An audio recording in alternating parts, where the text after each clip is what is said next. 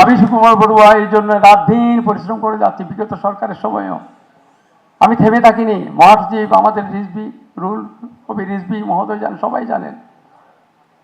আমার বিভিন্ন জায়গায় গিয়েছি, মহাসচিব সহ আমির খসরু মাহমুদ চৌধুরীকে নিয়ে বিভিন্ন জায়গায় আমি গিয়েছি। আমি আমার দলকে সচল রেখেছিলাম জাতীয়তাবাদী আদর্শের। এবং বিশেষ করে আজকে যে আমাকে সম্মাননা দেওয়া হলো আপনাদের পক্ষ থেকে, আমার মনে হয় আরও দায়িত্ববোধ, আমার বিবেকবোধ, আমার মানবিক বোধ, আমার মূল্যবোধ আরও বেড়ে গেল। জীবনের ক্রান্তিকাল 1950-এ আমার জন্ম, আজকে প্রায় 76 বছরের কাছাকাছি একটা জীবন তৈরি হয়েছে। সাধারণ জীবন থেকে উঠে এসেছি আমি, এবং জাতীয়তাবাদী দল বিএনপির সকল শ্রেণীর নেতা কর্মী, আমাদের এই মাটি মানুষের সন্তানেরা যেখানে আছে, যাদের পরিশ্রমে শ্রমে আজকে দল টিকে আছে, তাদের কাছে আমি কৃতজ্ঞ। আমি নাম বলতে চাই না, অনেক এসেছেন সামনে, আমি দেখতে পাচ্ছি। তাদের কৃতজ্ঞতার কথা, তাদের শ্রমের কথা, তাদের নির্মম নিষ্ঠুরতার জীবনের, এগুলোর কথা বর্ণনা করা যাবে না আমাদের জাতীয়তাবাদী দলের। এই দলকে টিকিয়ে রেখেছে তারা। এই দল তাদের পাড়ের দল। আমাদের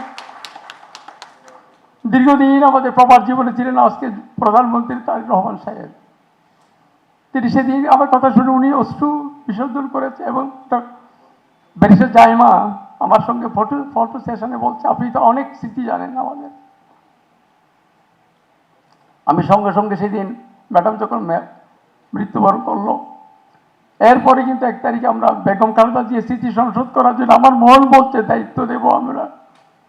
আমি ম্যাডাম বেগম খালেদা জিয়ার স্মৃতি সংশোধন করার জন্য সেলিমা রহমানকে হেড রেখে, সেলিমা রহমানের সঙ্গে আমাদের বেগম খালেদা জিয়ার সঙ্গে একটা সম্পর্ক ধরে ধরে নিতেন তিনি। এই কাজটা করেছি আমি দায়িত্ববোধের মতো। আপনারা থাকবেন, আগামী দিনে আমরা প্রকাশ করবো এটা। আজকে অনুভূতি অনেক, উপলব্ধি অনেক, গভীর মর্মবেদনাও কিন্তু অনেক। আনন্দ যেমন আছে, বেদনাও আছে আমাদের অনেক কিছু। এই দল অনেক কিছু দিয়েছে, এই দলকে আমাদের আরও কিছু দিতে হবে। আমি মনে করি সাম্যতা, অহিংস নীতি, মানবতা, পারস্পরিক ভ্রাতৃত্ববোধ এবং আমাদের মেলবন্ধন সম্প্রীতির হৃদয়ের ভালোবাসা নিয়ে আমাদেরকে সামনে অগ্রসর হতে হবে।